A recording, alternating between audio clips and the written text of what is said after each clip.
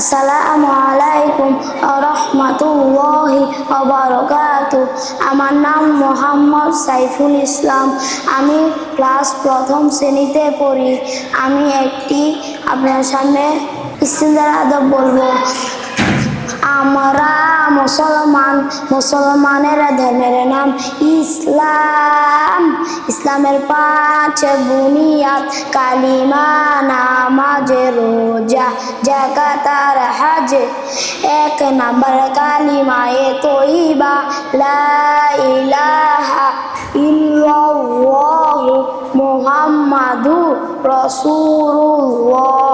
কালিমায়ে তয়্যিবার অর্থ এই যে আল্লাহু তাআলা ব্যতীত ইবাদতের উপযোগ্য আর কোনো মাবুদ নাই।